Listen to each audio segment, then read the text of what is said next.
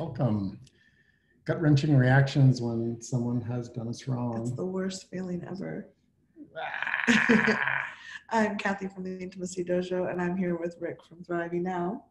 And all of us have times in our lives, no matter how evolved or how together we are, that we just have that like punch in the gut where we feel like someone really did us wrong. And it can send us in a tailspin where we actually do other things or say other things that could make the whole situation worse, as opposed to like, oh, this really sucks and I'm okay. One of the things I notice is first, like, what does it mean when someone does us wrong from a personal standpoint? Yeah. Well, we're talking about reactions. So Yeah. all that means is maybe in the moment, we feel like someone has done us wrong. Someone has done something that violates a boundary or betrays a trust or hurts us in some way we didn't expect. And it doesn't actually have to mean that they did any of those things, but our reaction to the situation in the moment can feel that way. And sometimes it does mean someone's done us wrong. Someone's done something to hurt us. Right. But sometimes when someone changes their mind, to me, it will initially, because I don't like change so much, it'll be like, oh, how could you do that? When they're actually trying to do something to help me or to make the situation even better. And in our overreactions call, we talked about like our rules, like rules about timeliness and showing up and communication, and that the gut. I mean, it's been interesting to watch how scientists and neurobiologists have discovered thinking, feeling neurons in our gut. Yeah. And when the chakras are taught from a traditional method, the third chakra, the gut, the solar plexus, is about our relationship between our survival, our earth, and our heaven, and our heart, and our sense of identity. Yeah. And so the first thing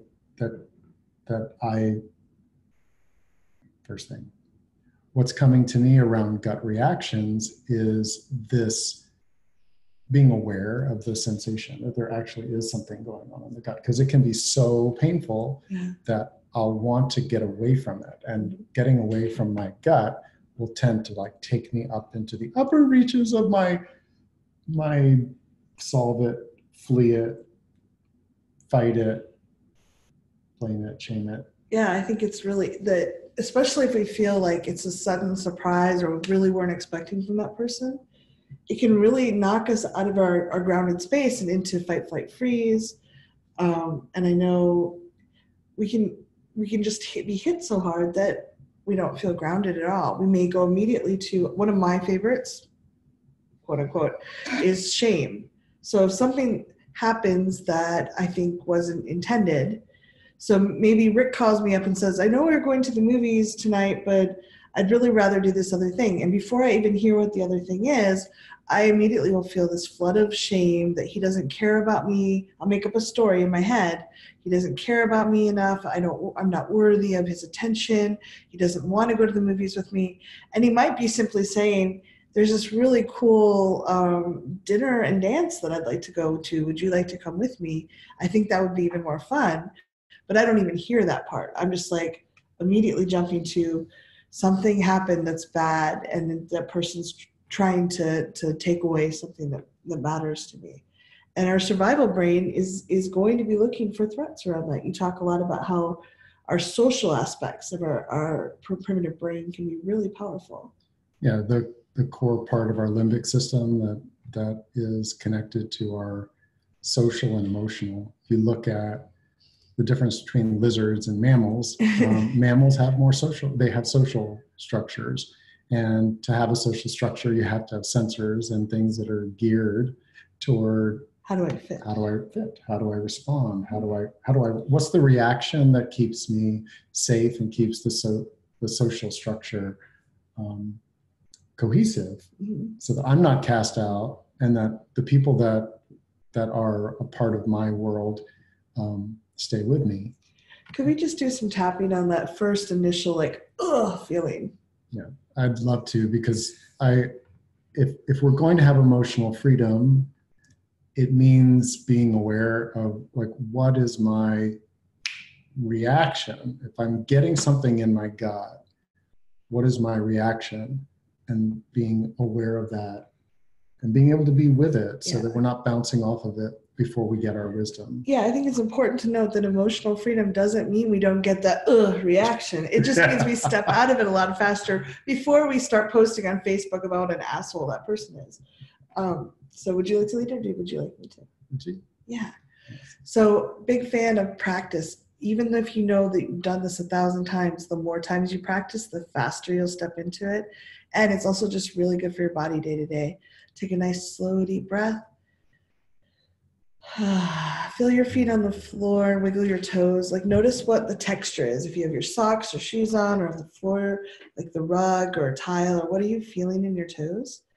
And then take another nice deep breath. Imagine you're breathing down to your toes. Or notice it doesn't reach there. Yeah. Because if you're tuning to something that's something gut wrenching, it may not reach below. May not reach. Maybe barely reach your lungs. Yeah. Yeah. All right. One more nice deep breath. As deep as you can go. Karate chop. Even though I have this feeling in my gut. Even though I have this feeling in my gut. And I feel like I've been punched. And I feel like I've been punched. Somebody did me wrong. Somebody did me wrong. And I'm really mad. And I'm really mad. And I'm really ashamed. And I'm really ashamed. And I want to run away. And I want to run away and hide. And I want to flame them on Facebook. And I want to flame them on Facebook. I want to do all the things. I want to do all the things. And for this second, I can just breathe. And for this second, I can try to breathe. Top of the head, someone did me wrong. Someone did me wrong. Eyebrow, and I feel that feeling in my gut. And I feel that feeling in my gut. Side of the eye, it feels awful. It feels awful. Under the eye, I want to avoid this feeling. I so want to avoid this feeling. Under the nose, I want to blame myself for having this feeling. I want to blame myself for having this feeling. Chin, I want to blame them for me having this feeling. I want to blame them for me having this feeling. Collarbone, I want to eat or do something to distract myself. I want to eat or do something to distract myself. Under the arm, anything but have this feeling. Anything but have this feeling. Top of the head, the truth is, I have this feeling. The truth is, I have this feeling. Eyebrow, that feeling is in my gut. That feeling is in my gut. Side of the eye, whether I retreat into shame. Whether I retreat into shame. Under the eye, or blame. Or blame. Under the nose, or run away. Or run away. Chin, that feeling is still there. That feeling is still there. Collarbone, my body is feeling that feeling. My body is feeling that feeling. Under the arm, and I don't want to abandon my body. And I do not want to abandon my body in this. Top of the head, what if I could just feel this feeling for 30 seconds? What if I could feel this feeling for 30 seconds? And just breathe. And just breathe. And if you have something that comes up like that, if you feel drawn to, like, do some tapping. Tap your collarbone or your chin while you're doing that breathing. Just be with it for a minute. See if you can feel it. It's a sensation. We have a story in our head that if we feel that sensation, we're going to die. A lot of us. Like, it's going to hurt us. It's going to tear us apart. It's too much. We have stories. The truth is, it's just a sensation. It's just nerve endings doing nerve ending things. So just see if you can be with at least part of it for 30 seconds, just breathing gently. And when we're not trying to run away or push it away or blame ourselves or other people, when we're just present with an emotion or a sensation, a lot of times we get more grounded. What we're trying to run away from, just like that feedback cycle, if we're trying to run away from something, it tells our brain there's something scary to run from. So we feel that feeling and we're just reinforcing over and over and over again that feeling is something horrible that we can't face. Versus just being with it for 30 seconds can just let our whole body downregulate so we're not in this like hyperactivated place, and we can have more energy to deal with what's actually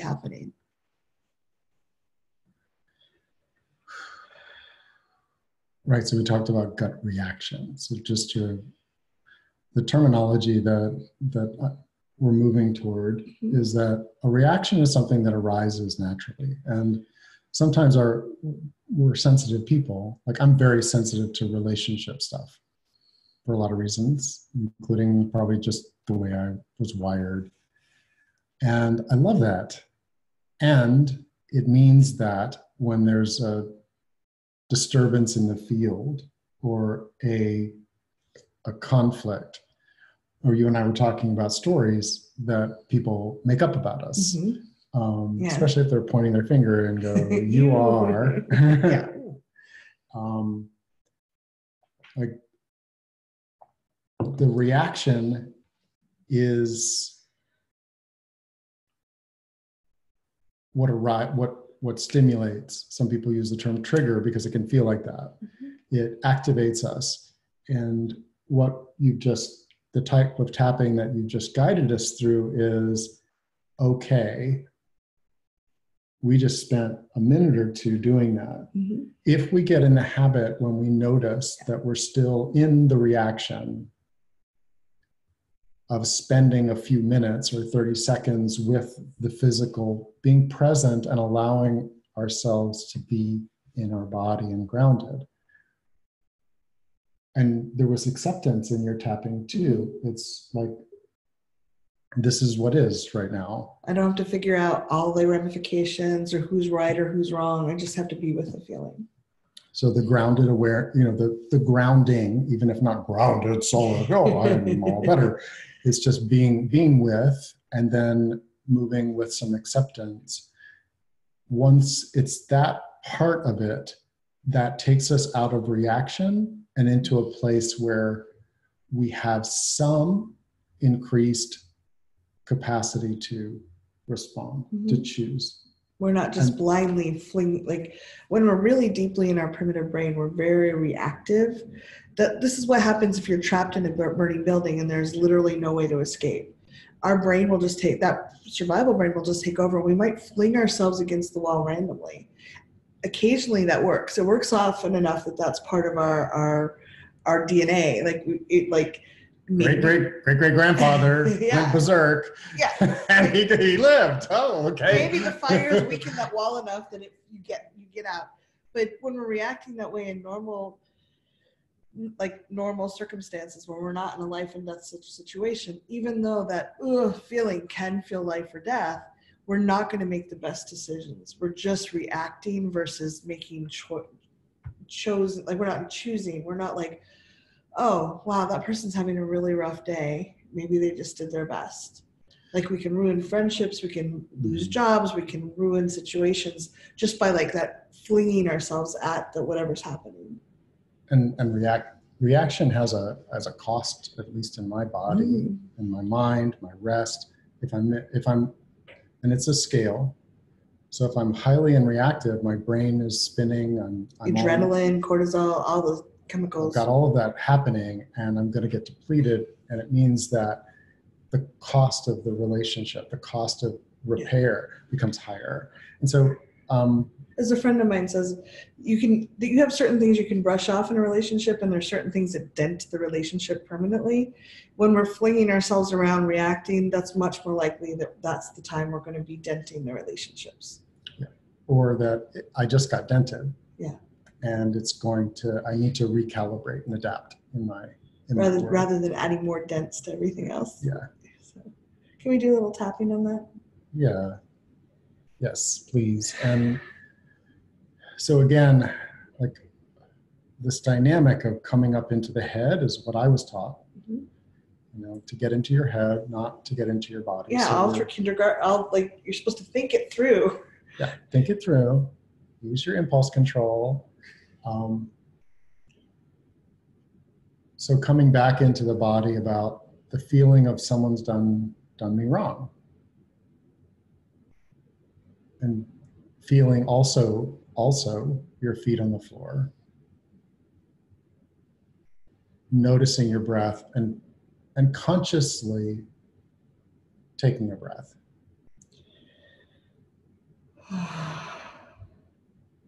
David Segal talks about for trauma relief, the noticing in the moment that there's enough air to breathe, that there's not a physical danger in the moment, like looking around the room, like feeling your feet on the floor. Those are all things we talk about them too, but he's like, just noticing there's enough air to breathe in this moment. There isn't an actual threat, I think is very powerful. Yeah. This gut reaction I'm having. This gut reaction I'm having. This gut reaction I'm having. This gut reaction I'm having. All that it means to my body. All that it means to my body. And I can breathe. And I can breathe. I can breathe. I can breathe. And I can feel gravity working. And I can feel gravity working. It is still working. It is still working. And just take a moment and let gravity relax into the pull of gravity just a little in your body, somewhere in your body. You'll notice resistance. If you're in reaction, you'll notice resistance. You want to hold yourself up and hold yourself together and hold it together. So even just a little, just a little tiny teensy bit of relaxing into gravity. This gut reaction I'm having. This gut reaction I'm having. Part of me wants to go in my head. Part of me wants to go in my head. That's what they taught me. Yeah.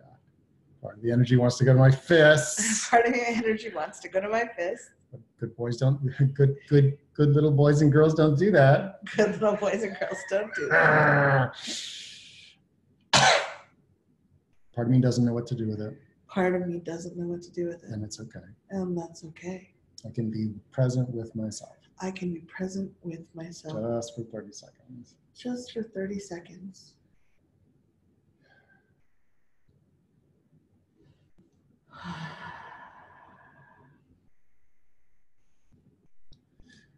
I notice the more I practice this, the faster, easier.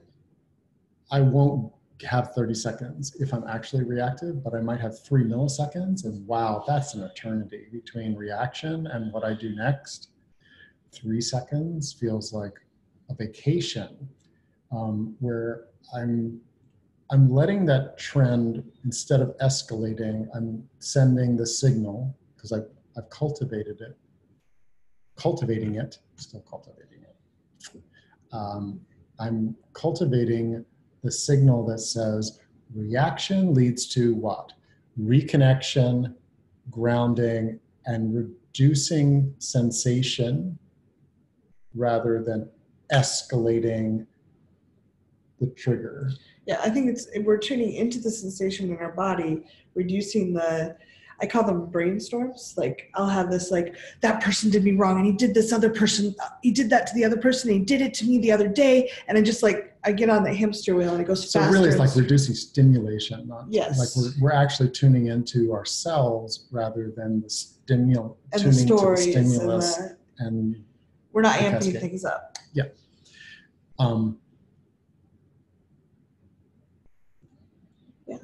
So I think that's a really powerful first start. If you can get even a little pause in there. They talk about that for the addictions too. A lot of people, if they're drinking or eating or smoking or whatever compulsively, there's no pause.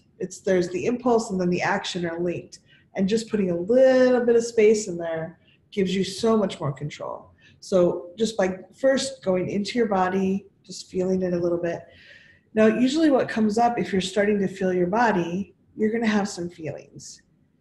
And what we'd like you to do is try to be with those feelings, not act on them yet. Unless it's a life or death situation or there's a very high pressure, if you can, again, we're not talking about days or weeks. We're talking about just being with it for a minute. And one of the things we might feel is a lot of anger. If someone's done something wrong, we might feel that anger. And humans in general, our society and humans really suck at feeling anger.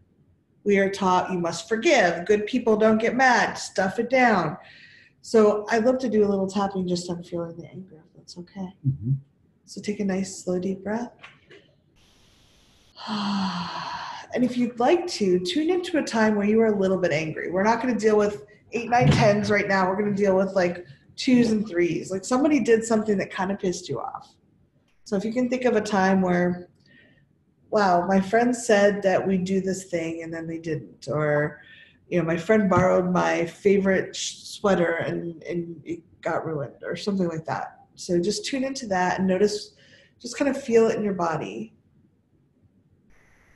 Take a nice deep breath and just notice how you feel angry. And this is another thing we all suck at. Rick and I remind each other all the time. It's like we do go up to the story. Well, my body feels like there's a tornado inside of it and it's whirling around. I'm like, no. What are the actual sensations?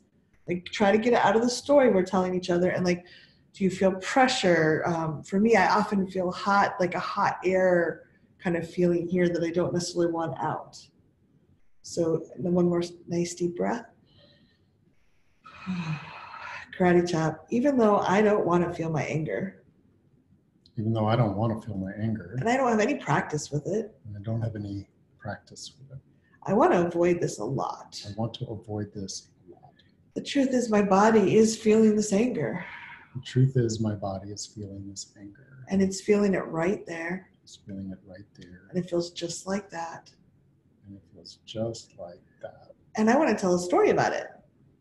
And there's so many stories about it. And let me just feel the actual sensations.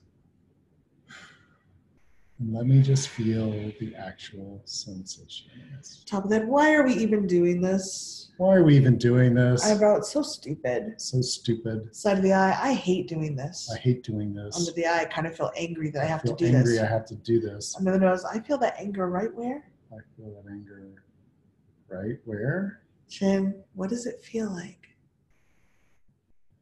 What does it feel like? Collarbone, I don't think I ever pay much attention to my anger. I don't think I pay this kind of attention to my anger. Under the arm, what if I didn't try to change it? What if I didn't try to change it? Top of that, what if I just felt this hot air pressure-y thing that I feel in my throat? What if I just felt this hot air pressure-y thing I feel in my throat? Eyebrow, just for 30 seconds. Just for 30 seconds. Side of the eye, I feel really mad. I'm really mad. Under the eye, how dare they? How dare they? Under the nose, they did something wrong. They did something wrong. Chin, I am very mad. I'm very mad. Collarbone. And it was really good to feel that for a minute.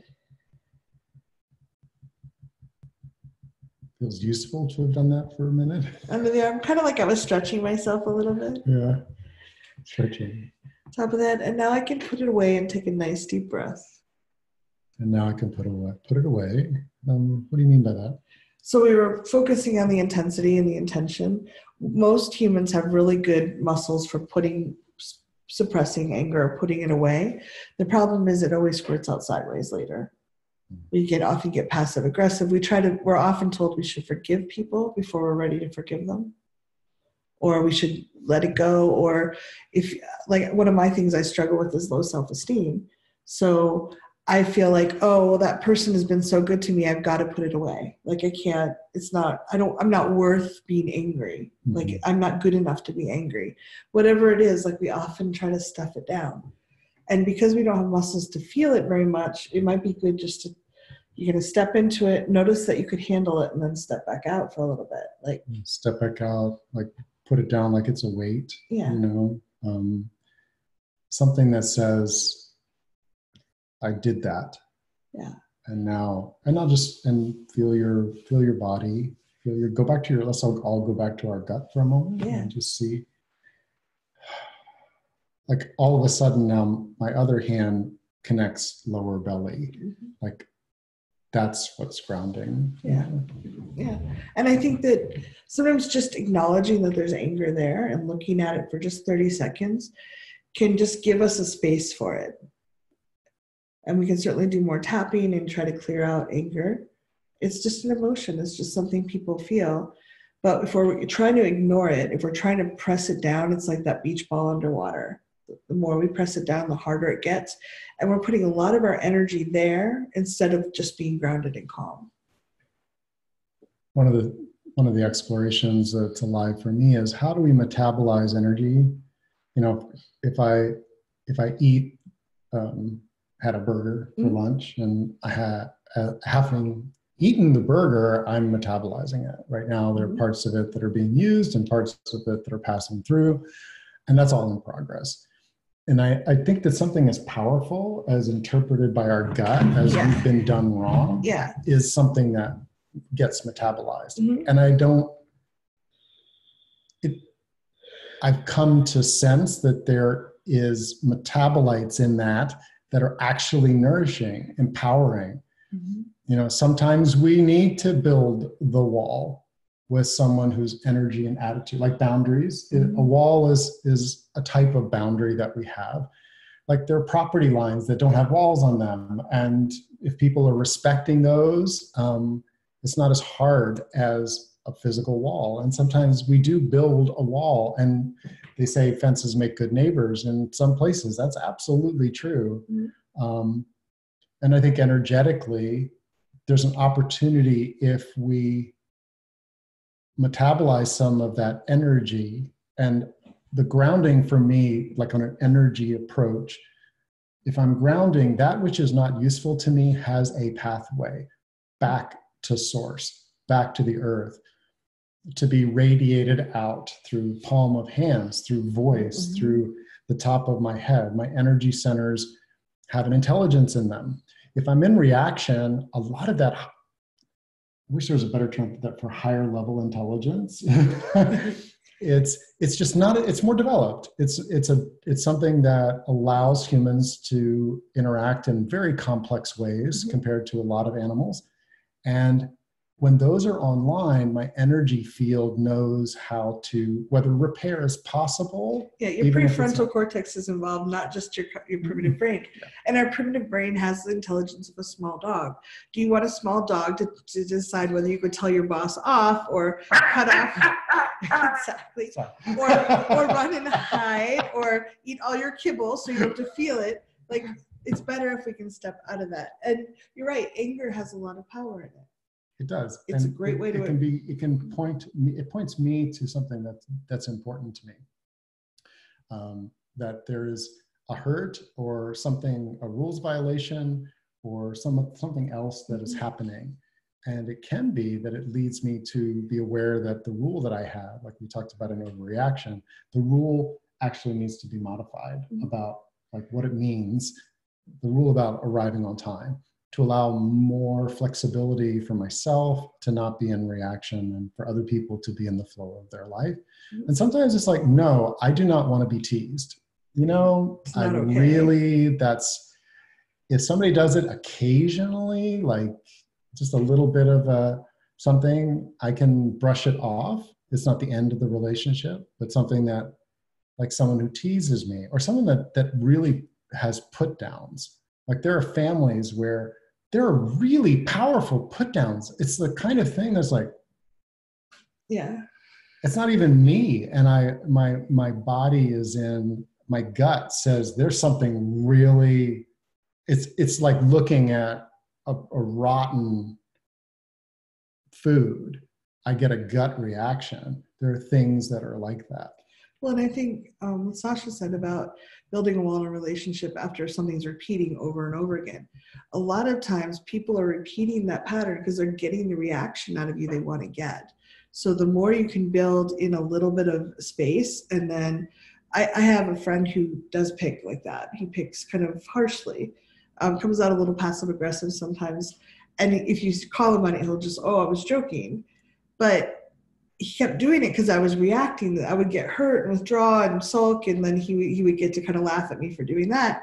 And the more space I got, where I was like, I kind of had to do a lot of tapping on that, I was able to start, I'd give a snarky comment back or like just say, hey, that felt really rude. That kind of hurts, as opposed to like go, and it wasn't fun for him anymore. Like break out in song. You are rude. You are rude. You are absolutely rude. I might have had to tap a little more than that because I can't sing very well. But the point is, say I could just air strum. So you are rude. A lot of people are doing things that the sucker punch, the done me wrong, because it gives them a relief. It gives them a sense.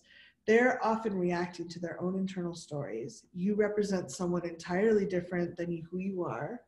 To them, it might remind them of their mom or their dad or their sister or whatever. Or you might be their sister and they've gotten this reaction their entire life. maybe it gives them a sense of having control for just a few minutes. Or maybe the confusion and frustration they're feeling inside themselves is suddenly projected out onto someone else for a few minutes. So as long as you give the same reaction, it's hard to stop people from doing the same thing. When you can start putting the space in there and choosing to respond differently, like with my mom, I told her she would lose her temper a lot. And I told her, Rick helped me so much with this. He had some outrageous options too, but I wouldn't go there without having my own car. And I told her, the first time you lose your temper, I'm going to leave the room. The second time I'm going to leave for an hour. And the third time I'm leaving for the visit. She's not lost her temper with me since, because she could feel I meant it. Yeah, as Jean said, they're often in their own pain. They're not even necessarily reacting to the person they're doing this to. They're reacting to their own stories, their own beliefs. So if we can first get in ourselves and get grounded, feel our own feelings and process them, even just a little bit, instead of trying to press them down, it's that beach ball pressing it down that gives us that same reaction. Like, I'm going to hide from this, or I'm going to blame myself, or I'm going to shame myself, or blame someone else. It's that instinctive beach ball pushing down feeling that gives it the momentum back up that people are often looking for. And this is not to blame you for them behaving badly. This is just to give you an option of disengaging. Like, if you have these things that are hooked, if you can say, oh, I'm going to give it a little space, I'm not going to react right away when they do the thing, all of a sudden you can decouple and say, you know what, I don't like that game. I don't want to play it. I'm going to go take a walk. If you do it again, I'm just going to end the visit, or whatever it is for you that feels appropriate. Yeah, we can definitely start tapping in. That might scare them. It would definitely break the cycle in some ways, Jean. And for some people that may feel too vulnerable. I wouldn't feel comfortable just tapping in front of my mother's rage. I would not. Like, I often tap in front of her, but I wouldn't. If she was in her middle of a temper loss, I would have trouble doing that. So there's no. So could we do some tapping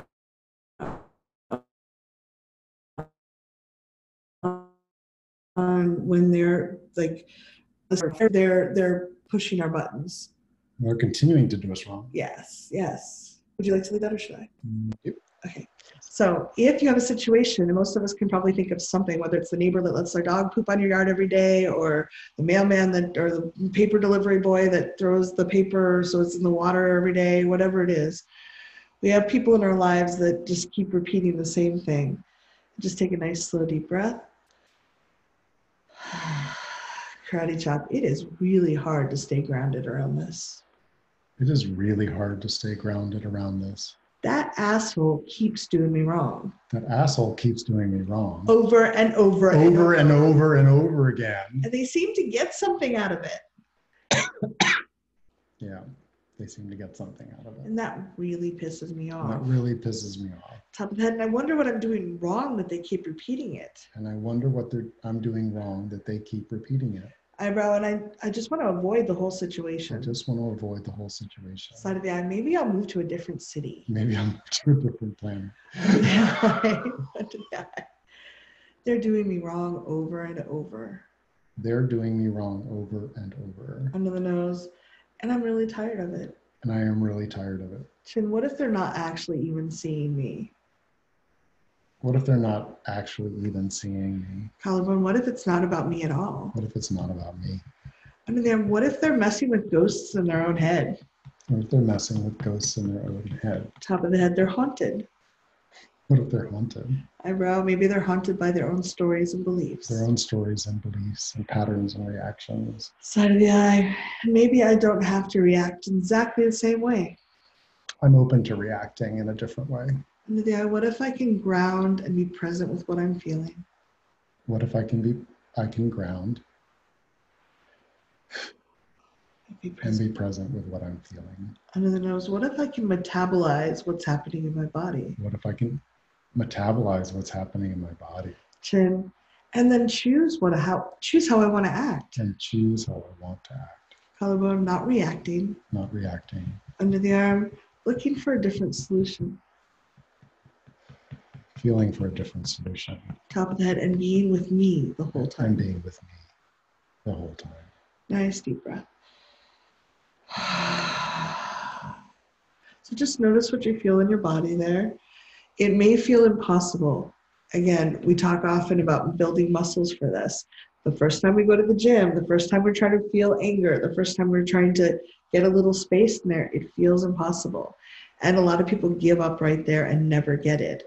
The really cool thing is, like, Rick's been practicing guitar and he's getting so much better, but I can see sometimes the frustration when you're trying something new. It feels like it's always going to be this hard, but it often doesn't. It's that hard for a few times. And if we can just be with that discomfort and that frustration and like, oh, I'm never going to get that. Oh, that's a story. This is just a sensation. We get better remarkably fast. And we can start having a little more space and a little more space to where we're like, oh, that really used to piss me off, but wow, that person must have a really rough life to be that passive aggressive or whatever they're doing. And then you can say, maybe you call the newspaper company and say, hey, listen, I don't want this delivery boy anymore because I've asked, 20 times and there's no repeat, no improvement. And I'm either going to cancel my newspaper subscription or you can get somebody else to deliver my newspaper, whatever it is. But we find an amazing amount of other solutions when we can step back and give it a little space. It's hard to find. And a boundary that's established from a place of groundedness has more strength. If I'm in reaction, I need, I need a shelter now. That shelter is not the same as like if we have some conscious architecture and building. Yeah, I think one of the problems is when we react. If we're reacting out of fear or shame or anger, we often do things that lower our self-esteem and make us feel less powerful in that situation. My favorite is to run off and eat something I didn't really want to eat, and then I feel out of control and worse about myself. Or if I blame myself, I'm undermining my self-esteem, so I'm not going to go up and say, when you said that, it made me feel really bad. It's going to be a lot harder for me to get to that place of power, because I've already undermined myself somewhat. Versus, or if I'm blaming them and I'm just going to that brainstorm like I talked about, they always do this, like they're horrible, people are scary and awful. That's not a really powerful place to be generating a different solution from. Yeah. And we had talked about, like, I'll say I'm sorry, like as a reflex. My reflex reaction when... Even if it's not your fault. Well, it's interesting. If it's a woman that's bringing the energy toward me, my reaction is I'm sorry. If it's a man, it's fuck you, I want to kill you. It's that. Neither are going to make me feel good. And unfortunately, what people do to us is not gender specific like that. And that's being raw. I mean, that's a raw reaction inside that I'm grateful that one of the things that one of my earliest coaches suggested was go within, listen, and follow, which is a very high art. And I said, well, so I'm getting this energy from this person, what do I do? And she said, take a step back and put your hand on yourself somewhere that feels right to you, and just close your eyes and go within for a second. And that, a physical action of moving away, but not like, and I'll leave the room too. I mean, the one step can lead to leaving the room if I need to, but as a new kind of established response, that changed my life. I stopped having like the reactions, instead of escalating, would de-escalate inside myself to a place where I remember one time someone said something really harsh, and I did that. I took a step back, I put my hand on, I started to cry. I'd never have done that, but it was real. I mean, what was said was really harsh, the kind of harshness that only someone who's known you really, really well for a long time can't find that little point. it made a difference. It started shifting things. Could we tap? I think a lot of people, especially women, people who are raised, identify as women, often have the I'm sorry. And there are some, definitely people of all genders do I'm sorry. But I think that we often default to it when it's not genuine always. It's like, I'm sorry this happened, or I just need you to stop pushing at me. But it's not a considered like apology. It's a defense mechanism. Yeah. Would you like to leave anything some tapping on that, or should I? I think you're changing too. Okay. So especially if you do this, but even if not, it's a great place to like kind of do an inventory and check and notice if you're doing it in someplace else, because our system will actually kind of tune in and see if there's anything there. So even if you don't think this applies, I invite you to tap along. So nice deep breath. Karate chop. Even though you're mad. Even though you're mad. You're mad. And I feel like I should say I'm sorry. And I feel like I should say I'm sorry. Maybe I'm okay if I don't say it. Maybe I'm okay if I don't say it. Even though I don't really feel okay if I don't say I'm sorry. No, I don't feel as okay if I don't say I'm sorry. Even if you're slightly discomforted. Even if you're slightly discomforted. And it wasn't even my fault. And it wasn't even my fault. I still want to say I'm sorry. I still want to say I'm sorry. I want to absolve myself of any wrongdoing. Yeah, that's part of it. I want to absolve myself of any wrongdoing. And make you like me again. And make you like me and feel like I'm on your side. I want to be a good person. I want to be a good person. And I throw I'm sorry's around to fix that. And I have been known to throw I'm sorry's around to fix that. Even when they're not appropriate. Even when they're not appropriate. Top of that, I want to say I'm sorry. My gut reaction is say you're sorry. I'm so sorry. I'm so sorry. Side of the I'm sorry. I'm sorry. Under the I don't hate me, I'm sorry. Don't hit me, I'm sorry. Under the nose. Don't hit me, I'm sorry. Yeah, don't hit me, I'm sorry. Don't hit me again, I'm sorry. Chin. It's really overwhelming. It's really overwhelming. Collarbone. I'm using I'm sorry's like duct tape. I'm using I'm sorry's like duct tape. Under the I'm trying to fix everything with them. Trying to fix everything. Top of that, even when it's not appropriate. Even when it's not appropriate. And even when it's not my fault. Even when it's not my fault. Nice deep breath.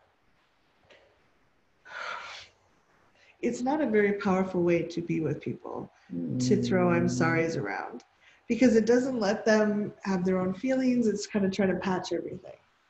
Versus they might be frustrated or upset that something bad happened that's not your fault, or that they need to look at themselves. But as soon as we take it on, I'm sorry implies I'm taking that on.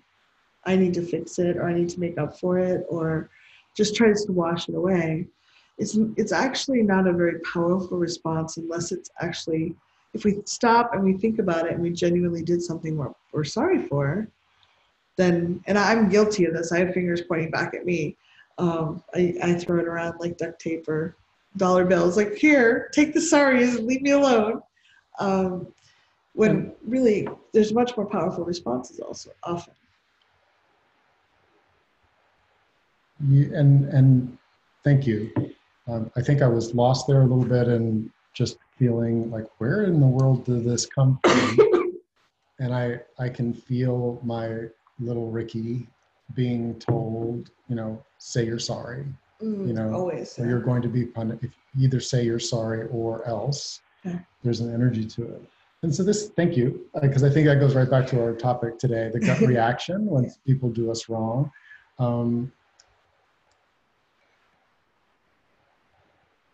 Or when there's just that feeling in the air, and getting a chance to be with it shifts it. Gives us more resource.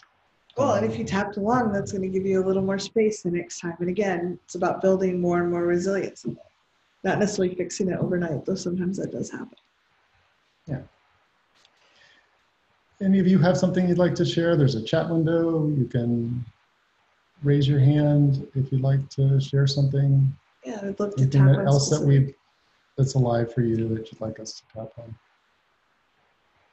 I think this is a really powerful topic, and the more we can clear here, the more freedom. And if you're one of the many people that are not able to be here live, please feel free to email Kathy and I. Support@thrivingnow.com comes to both of us. Yeah. And we'd like to hear I'm glad, Sasha, that that was powerful for you. It clearly is for us too. And this, even just acknowledging for me that, like, I'm still, like, I want to say I'm sorry for what I said about how I react to men who do me wrong, because there was a lot of energy there. Yeah. And now I'm aware that once I kind of free up and tune into some of my reactions, I'm probably suppressing a certain kind of energy toward men who do others wrong, do me wrong, that violate boundaries, consent, who use their size, their energy, their sexuality, their cruelness. That's alive in me. And as I've kind of gotten out of the gut-centered reaction to it, I'm feeling both the broader awareness of how that plays in the world in my life, and also that this type of engagement is to me part of shifting that for people of all. I think it's really, I love that. And I'm wondering if you'll do some tapping on that, because I think that we do, I'm sorry, or the anger, that's one of the two, and the other one is avoidance. So would you be willing to, because I think just tapping on it, for some of us, we don't tap into this enough. I tend never to get really mad unless I'm very, very justified, and then I'm very self-righteous. Not the best look. But if I could just let some of the anger up earlier and just say, hey, that really pissed me off, from a considered point, like after I've taken some deep breaths, then it's not all stored up and going to seep out like when someone does something that I feel very vindicated to be angry at. And maybe I'm feeling even a step back from that before the action, before taking action, that being in the feeling, and having a little more time in the exploration. How do I want to adapt to my world, myself, where I am, and how we're relating in a way, rather than going to an action that So that's where I am. Yeah. But do you want to tap on that initial reaction of, I want to, like, you're so mad? Yeah. I can get so mad. I can get so mad. I'm sorry. I'm sorry. I can get so mad. I can get so mad. I'm sorry. I'm sorry. I'm sorry I'm so mad. I'm sorry I'm so mad. It shuts me down. It shuts me down. I don't actually get to feel. Don't actually get to feel How important this is to me. How important this is to me.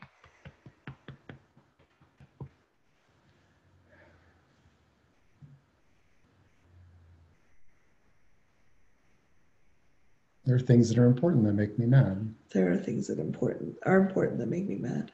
I don't know necessarily what I want to do. I don't know necessarily what I want to do. It's been too intense in my gut. It's been too intense in my gut. I'm managing that energy.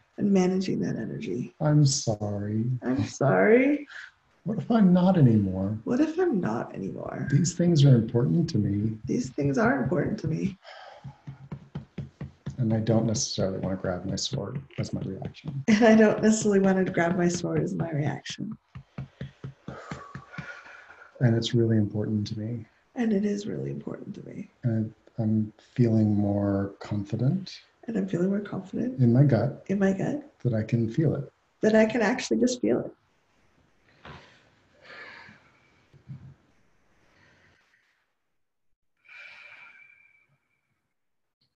So would it be okay if I read, because we did, like, the I'm sorry is kind of that self-blame and shame, and then kind of feeling the anger is blaming other people more. But I think the other, like, instant reaction a lot of people go to is avoiding. Yeah. And I'd love to do just a little bit of tapping on that, just wanting to avoid the feeling at all. I'd like to avoid going there. So I think we'll just... I'm sorry, that was really truthful. Karate chop, I want to avoid this whole thing. Part of me wants to avoid that avoidance thing. That person did me wrong.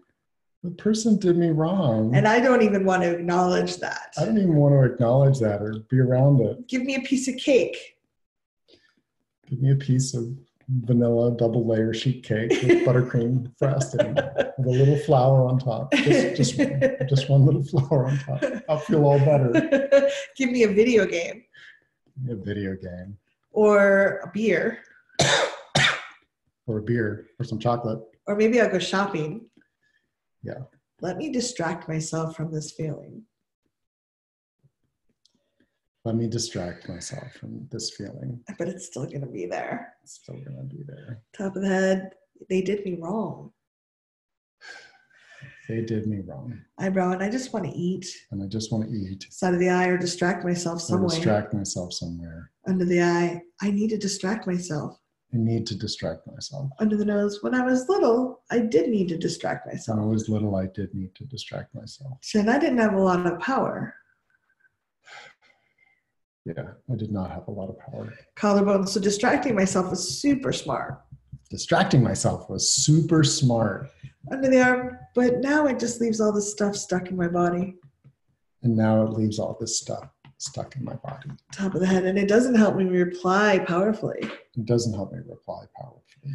Eyebrow, this person did me wrong. This person did me wrong. Side of the eye, and I want to bury it. And I want to bury it. Under the eye, but what if I feel it for just 10 seconds? But what if I feel it for just 10 seconds? Under the nose, what if I pause for just 10 seconds? Pause for 10 seconds. Chin, I may still need to stuff it down. I may still need to stuff it down or leave. Yeah, collarbone, or do something else to soothe myself. Or do something else to soothe myself. Under the arm, but I'm building muscles as I do this. I want to build muscles as I do this. Top of the head, because I'm an adult now and I have a lot more power. Because I'm an adult now and I have a lot more power. Nice deep breath.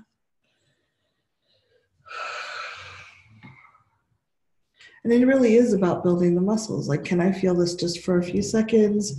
Can I make a little bit different choice right now? Next time, maybe I feel it a few more seconds. And it's always hard to judge on what impacts us in, like, how heavy the weights are, so to speak.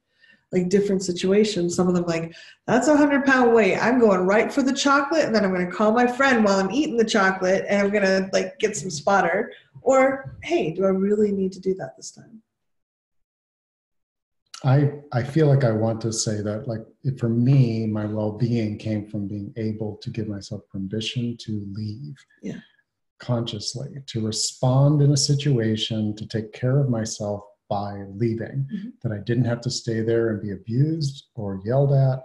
I could leave if the energy of the situation was even too good for my body, like I'll go to a dance and the energy can rise to a place where my body is dysregulating.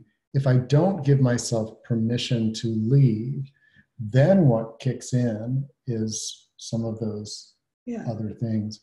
Avoidance to me feels like it's the reaction rather than the response. And I know that those can feel subtle, but if you are well served by avoiding, like, there's avoiding into food, but there's avoiding where it just like, no, I'm going to take care of, I'm going to do self-love and self-care rather than and avoid that relationship or avoid that difficult conversation. Right. And I think part of that is like when we're building muscles, like we can overdevelop our biceps and maybe don't develop our legs. Yeah. Like we have avoidance and we have confrontation and we can have just neutral. So like if you tend to be an avoider, like that's your go-to reaction, just see if there's some places where maybe standing and saying, I'm a no to that, or that's not acceptable, might be building up really useful muscles. If you're someone that always stays, like I tend to stay, I will not back down. Like I don't have to be necessarily confronting them, but I will not avoid, like unless I have permission, I'm going to stay there. There are definitely times when like, hey, this is too much. This is not good for my system. And if you like, maybe it's just being neutral and listening to that person. I have a friend who is really good about saying, tell me more about that. I'd really like to understand. I'm getting better at that, but that's not my strongest muscle. So. And if this brings up like the little girl, little boy dynamic where we weren't free to leave, there's at thrivingnow.com/inner tapping, there's a structure for going back in time and you as an adult giving your inner child permission to take care of herself, to leave with you. Like, you're welcome back. You know, come with me. Let's go do something that is right. Because we do get stuck in situations where we weren't free. Or we didn't have permission. Didn't have permission, weren't safe just leaving. And as I've done that, it feels like I know that it carries forward in the rest of my life. So anything that smells like, oh, it's a birthday party and you have to stay until the end, even if really what you want to do is hide in the closet because it's too this, that, and the other thing. By going back in time and tapping with little Ricky about what he's feeling and giving him permission to leave. Like, have you had enough of the birthday party? Yes. Okay, let's go. Yeah. Let's go outside. What would you like to do? Would you like to go for a walk? Would you like to just go home and read a story? And that has opened up. It's a form of reparenting, reconnection with freedom, with us being able to really feel what's right for our nervous system and our heart. Yeah. And if you're not part of the Thriving Now Circle, that's a great place to get more help with that too. And the link for that is thrivingnow.com/circle. Yeah. So that's what I love. I was part of that for years and years, and I still show up sometimes, but it was a great place to get a little more one-on-one help. Or it's a group, but you can ask for help with different things. And this is a great thing to tap on. If you're having reactions because of specific memories or specific patterns that you were taught. A lot of us were taught, you're a little kid, you have to ask permission to leave. So something like that could be a great thing to tap on and just go back in time and release that pattern. Yeah. So I want to appreciate all of you for being here. If you've made it to the end of this call, you rock. You are probably looking at things, and some of the stuff is very subtle. It may not seem like you leave going, oh my God, my life is totally transformed. But you're changing the trajectory a little bit. And you may find that over time, this becomes more and more interwoven in your life, and you'll find you have more and more choice about how you're responding to people. Your reactions become a little less like, oh, I don't have to do that. I don't have to say I'm sorry, or I don't have to like go to the self-blame or the chocolate cake or the anger, and that we can make a lot better choices and not dent the relationships that don't need to be dented, and to walk away from ones that do. So, thank you. Yeah, thank you all. Thank you, Rick. All right. Thank you all. Bye. Bye for now. Remember, email support@thrivingnow.com if there's something that is an aha moment or a question that you have for Kathy and I.